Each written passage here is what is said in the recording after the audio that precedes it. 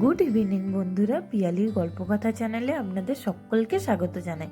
আজকে শুক্রবার, বাজে এখন ওই সন্ধ্যে 6টার মতো। আমি এখন এসেছি ছাদে জামা কাপড় তুলতে, সেজন্য ভাবলাম যে আজকের ভিডিওটা আমি এখান থেকেই শুরু করি। আর এখানে দেখুন, সেই টমেটো গাছগুলো দেখিয়েছিলাম না, এখন টমেটোও ধরেছে, আর একটা আধটা নয়, অনেকগুলোই ধরেছে। আর যেই গাছটা আমি চিনতে পারিনি, সেই গাছটা হলো সিম গাছ। দেখতে পেলেন কত সিমও ধরেছে। আর এখানে দেখুন আরো দুটো টমেটো আছে। আর একটা গাছ আছে, এটা মনে হচ্ছে আমার ঘি করলার গাছ, তবে আমি ঠিকঠাক জানি না, কিন্তু দেখে তাই মনে হচ্ছে। দেখুন, চলুন এবার ছাদ থেকে নিচে গিয়ে জামা কাপড়গুলো তাড়াতাড়ি করে গুছিয়ে নিয়ে সন্ধে দিয়েই একটু চা খাবো। সন্ধে দেওয়া হয়ে গেছে, আর এখন বসিয়েছি একটু নিজের জন্য চা। সৌরভ তো বাড়িতে নেই, ও গেছে ডিউটিতে, সেজন্য নিজের জন্যই বসিয়েছি। আর চা খেতে খেতে মনে পড়লো যে আজকে ফ্রাইড রাইস বানাবো, তার কাজু কিশমিশই আনানো হয়নি। সেজন্য আমি চা খাওয়া হয়ে যাওয়ার পর এখানে রেডি হয়ে গেছি, যাবো এখন একটু পাড়ার দোকানে কাজু কিশমিশ কিনতে। এখন বাজে ওই সন্ধ্যে 7টার মতো, আর আমি দোকান থেকে বাড়ি চলে এসেছি। চলুন এবার তাড়াতাড়ি করে ফ্রাইড রাইসটা বসাই। আমি প্রথমেই এখানে 1 গ্লাসের মতো ফ্রাইড রাইসের চালটা নিয়েছি।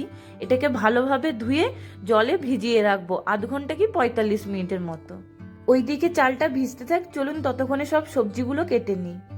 এখানে আমার সব সবজিগুলো কাটা হয়ে গেছে, আর আজকে আমার কাছে অর্ধেকটাই ক্যাপসিকাম ছিল, সেজন্য ওটাই কেটে দিয়ে দিয়েছি। আর মটরশুঁটিটা ছিল না, সেজন্য ওটা দিইনি। চলুন তাহলে এগুলো তাড়াতাড়ি করে গুছিয়ে নিই, তারপরে ফ্রাইড রাইসটা বসাই।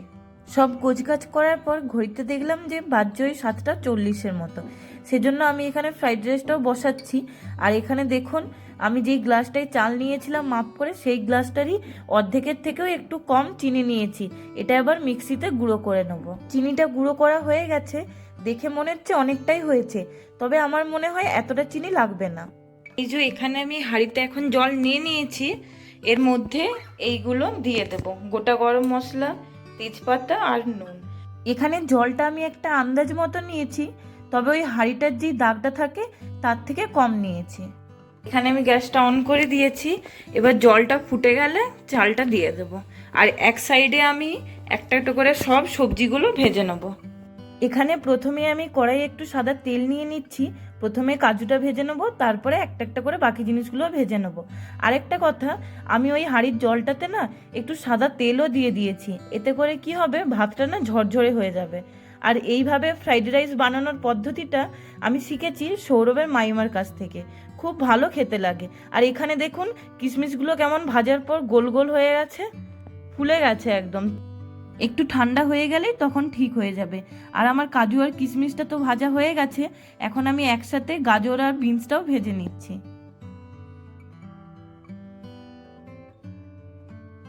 বলেছিলাম না একটু ঠান্ডা হলেই ঠিক হয়ে যাবে, দেখুন ঠিক হয়ে গেছে। আর এখানে হাঁড়ির জলটাও ফুটে গেছে, এবার এর মধ্যে ভিজিয়ে রাখা চালটা আমি দিয়ে দিচ্ছি। এরপরে একবার নেড়ে নিয়ে আমি হাঁড়িটা ঢাকা দিয়ে দিচ্ছি, আর গ্যাসের ফ্লেমটাও না একদম হাই করে দিয়েছি। ফ্রাইড রাইসের চালটা 90% সেদ্ধ করতে হয়, তা তো আপনারা জানেনই, না হলে ঘাটা হয়ে যায়। এখানে দেখুন আমার 90% চালটা সেদ্ধ করা হয়ে গেছে। চলুন এবার ভাতের ফ্যানটা ঝরিয়ে নিই। এখানে আমি ফ্যান ঝরতে দিয়ে দিয়েছি, আর অন্যদিকে দেখুন আমার গাজর আর বিনসটাও ভাজা হয়ে গেছে।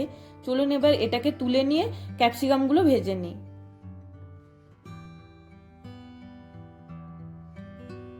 আর এইদিকে দেখুন ভাতের ফ্যানটা সম্পূর্ণ ঝরে গেছে। এখন আমি এই ভাতগুলোকে দুটো থালার মধ্যে ঢেলে নেবো, তারপরে ওই থালা দুটোকে ফ্যানের তলায় রেখে দেবো 5 মিনিটের জন্য। এতে করে কি হবে, ভাতটা ঠান্ডাও হয়ে যাবে আর একদম ঝরঝরে হয়ে যাবে।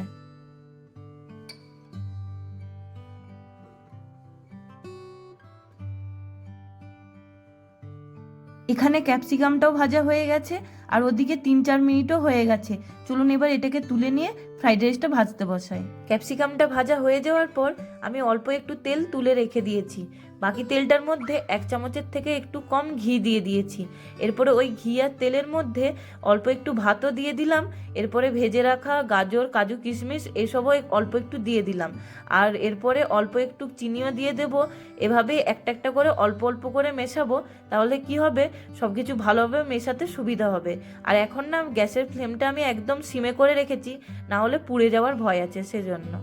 তবে চিনিটা আমার সম্পূর্ণ লাগেনি, অনেকটাই বেঁচে গেছে।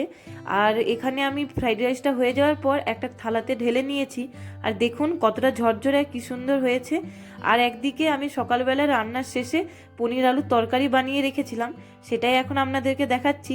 আমাকে অবশ্যই কমেন্ট করে জানাবেন এই রেসিপিটা আপনাদের কেমন লেগেছে।